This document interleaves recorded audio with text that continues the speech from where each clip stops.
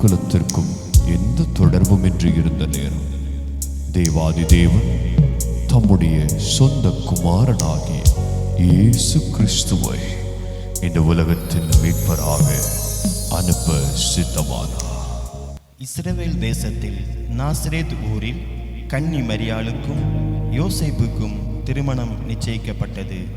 ஒரு நாள் இரவு மரியாள் நித்திரை செய்து கொண்டிருக்கையில் தேவதூதன் சொப்பனத்தில் தோன்றி, கிருபை பெற்றவளே வாழ்க, கர்த்தர் உன்னுடனே இருக்கிறார், ஸ்திரீகளுக்குள்ளே நீ ஆசீர்வதிக்கப்பட்டவள். மரியாளே பயப்படாதே, நீ தேவனிடத்தில் கிருபை பெற்றாய். இதோ நீ கர்ப்பவதியாகி ஒரு குமாரனை பெறுவாய், அவருக்கு இயேசு என்று பெயரிடுவாயாக. அவர் பெரியவராயிருப்பார், உன்னதமானவரின் குமாரன் எனப்படுவார். கர்த்தராகிய தேவன் அவருடைய பிதாவாகிய தாவீதின் சிங்காசனத்தை அவருக்கு கொடுப்பார். அவர் யாக்கோபின் குடும்பத்தாரை என்றென்றைக்கும் அரசாளுவார், அவருடைய ராஜ்யத்துக்கு முடிவிராது. இது எப்படி ஆகும்? நான் புருஷனை அறியேனே. பரிசுத்த ஆவி உன்மேல் வரும், உன்னதமானவரின் பலன் உன்மேல் நிழலிடும். ஆதலால் உன்னிடத்திலிருந்து பிறக்கும் பரிசுத்தமுள்ளது தேவனுடைய குமாரன் எனப்படும். இதோ நான் ஆண்டவருக்கு அடிமை, உம்முடைய வார்த்தையின்படி எனக்கு ஆக கடவுது. தனக்கு நியமிக்கப்பட்ட மரியாள் கர்ப்பவதியாய் இருப்பதை யோசேப்பு அறிந்தான்.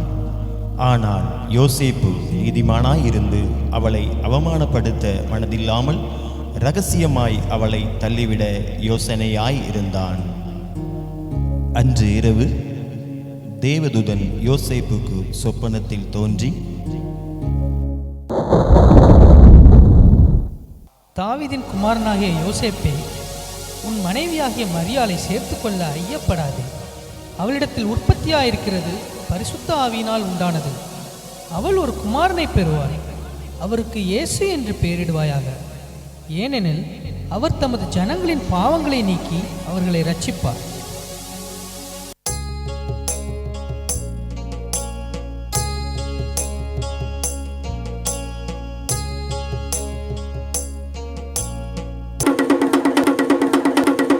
இதனால் சகல ஜனங்களுக்கும் தெரிவிக்கப்படுவது என்னவென்றால், உலகமெங்கும் குடிமதிப்பு எழுதப்பட வேண்டும் என்று அகஸ்தியராயினால் கட்டளை பிறந்தது.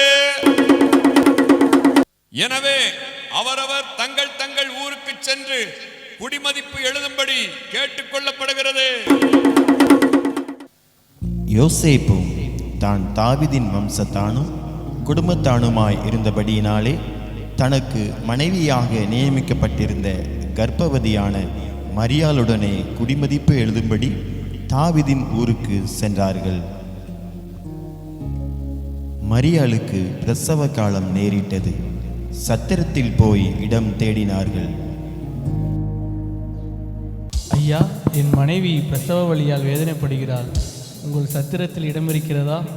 இல்லை ஐயா.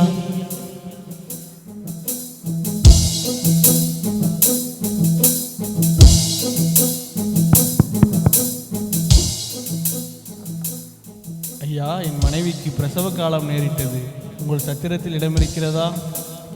இடம் காலியாக இல்லையே. சத்திரத்தில் இடம் இல்லாததினால் அங்கிருந்த மாட்டு தொழுவத்திற்கு சென்றார்கள்.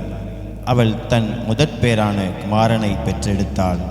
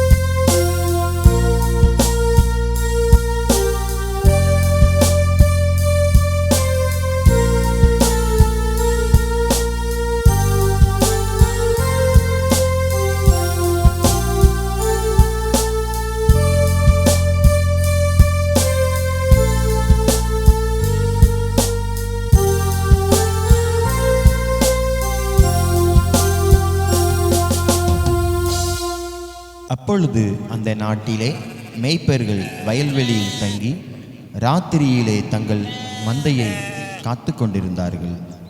அவ்வேளையிலே கர்த்தருடைய தூதன் அவர்களை நோக்கி, பயப்படாதிருங்கள், இதோ எல்லா ஜனத்திற்கும் மிகுந்த சந்தோஷத்தை உண்டாக்கும் நற்செய்தியை உங்களுக்கு அறிவிக்கிறேன்.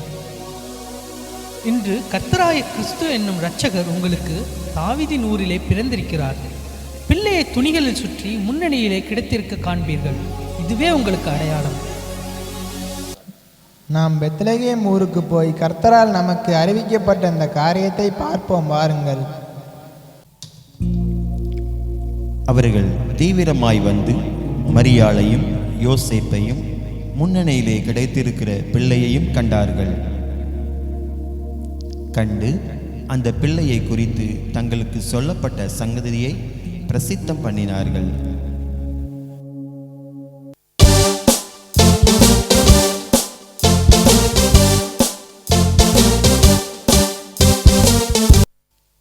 பெத்லகேமிலே இயேசு பிறந்த பொழுது கிழக்கிலிருந்து சாஸ்திரிகள் அக்குழந்தையை குறித்து விசாரிக்க எருசலேமில் உள்ள ஏரோது ராஜாவின் அரண்மனைக்கு வருகிறார்கள். ராஜாவே வாழ்க! யூதருக்கு ராஜாவாய் பிறந்தவர் எங்கே? கிழக்கிலே அவருடைய நட்சத்திரத்தை கண்டு பணிந்து கொள்ளும்படி வந்தோம். என்னது? யூதருக்கு ராஜாவா?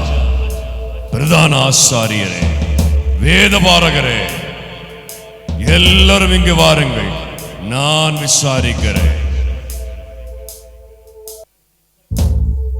கிறிஸ்துவானவர் எங்கே பிறப்பார் என்று எழுதியிருக்கிறது, பார்த்து சொல்லுங்கள் எனக்கு. யூதயா தேசத்தில் உள்ள பெத்லகேமில் பிறப்பார் என்று எழுதியிருக்கிறது மன்னா. அப்படியா? நீங்கள் போய் பிள்ளையை குறித்து திட்டமாய் விசாரியுங்கள். நீங்கள் அதை கண்ட பின்பு நானும் வந்து அதை பணிந்து கொள்ளும்படிக்கு எனக்கு அறிவியுங்கள். நல்லது, போய் வாருங்கள்.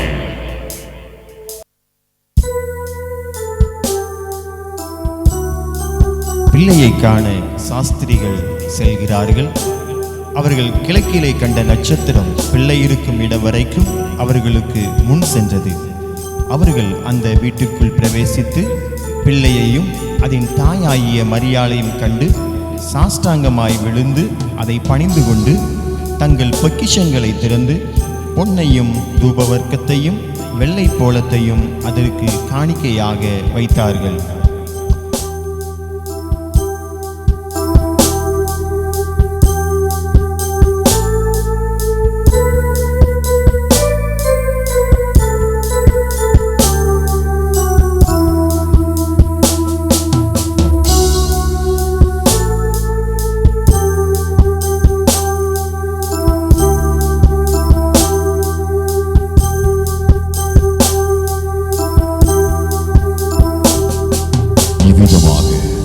தேவன் தம்முடைய ஒரே பேரான குமாரனை விசுவாசிக்கிறவன் எவனோ அவன் கெட்டு போகாமல் நித்திய ஜீவனை அடையும்படிக்கு அவரை தந்தருளி இவ்வளவாய் உலகத்தில் அன்பு கூர்ந்தார்.